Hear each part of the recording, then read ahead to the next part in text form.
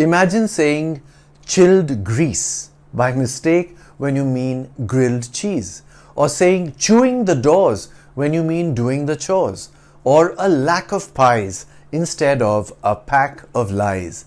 This kind of a slip of the tongue is called a spoonerism. It can be quite funny, albeit unintentionally.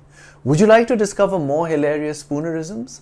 Keep watching for a bunch more. Also find out why they are called spoonerisms and how Tom Cruise is connected to one of them. But first, if you haven't already, do subscribe to The English Nut on Facebook, YouTube, Instagram and X. Thank you.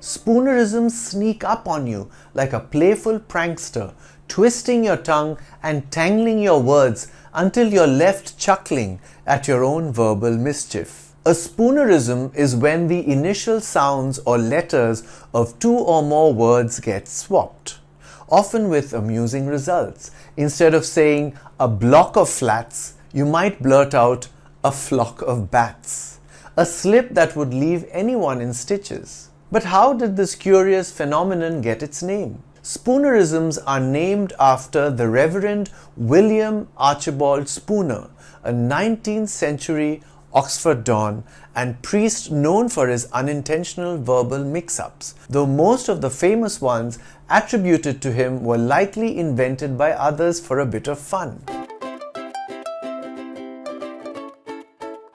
The Oxford Dictionary of Quotations notes that only one spoonerism exists that is confirmed to have been uttered by Spooner. The weight of rages will press hard upon the employer instead of rate of wages.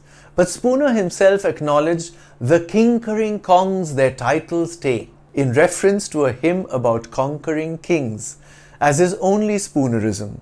Sounds like King Kong to me. It's likely that most spoonerisms attributed to Spooner were actually created by his colleagues and students as a form of entertainment. Richard Lederer, the linguist, lists 9 examples that are attributed to Spooner, most of them spuriously. 3 cheers for our queer old dean. This was something Spooner supposedly said while making a toast at a dinner graced by Queen Victoria. What Spooner meant was 3 cheers for our dear old Queen. Here are the other examples of Spooner's alleged spoonerisms. Is it customary to cuss the bride?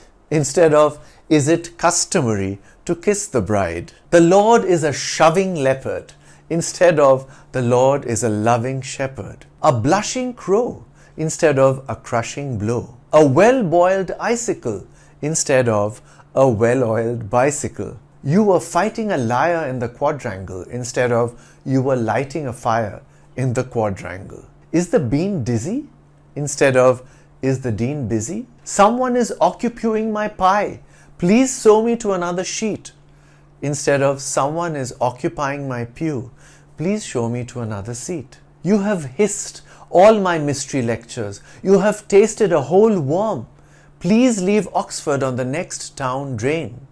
Instead of you have missed all my history lectures. You have wasted a whole term. Please leave Oxford on the next down train.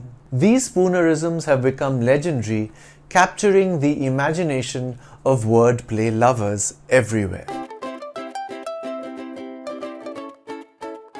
Shel Silverstein's Runny Babbit, a Billy Sook, is a children's book that creatively employs spoonerisms, inviting readers to engage with language and sound in a fun, imaginative manner. In Runny Babbit, the main character resides in a world where the names of the characters and much of the text are cleverly twisted into spoonerisms.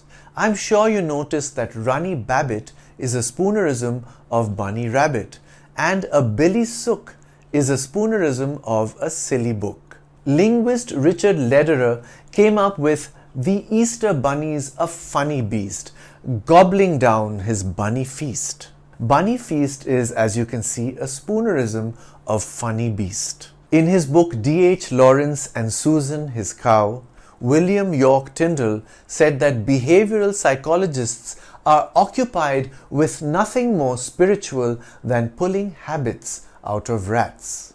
That, of course, is a spoonerism of pulling rabbits out of hats, which is what magicians literally do.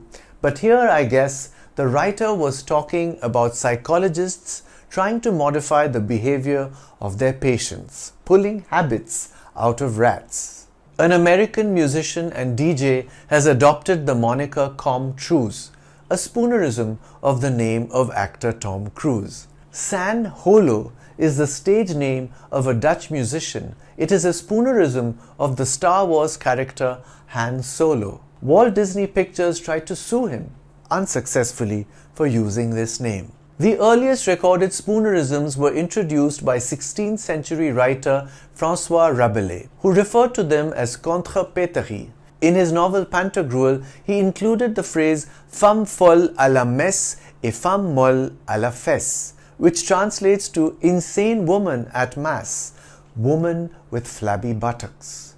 You can see the F and M being switched in the second part of the sentence. Why do spoonerisms happen? It's all in the brain's rapid-fire processing of language. As we speak, our brains are constantly juggling sounds, syllables, and words, sometimes leading to a delightful jumble. Children often create spoonerisms as they learn to speak, and even adults can find themselves tongue-tied in moments of excitement or nervousness. Spoonerisms remind us that even in our mistakes, there's creativity and laughter. In fact, spoonerisms have inspired poets, comedians, and writers who see the potential for humor and wit in every twist of the tongue.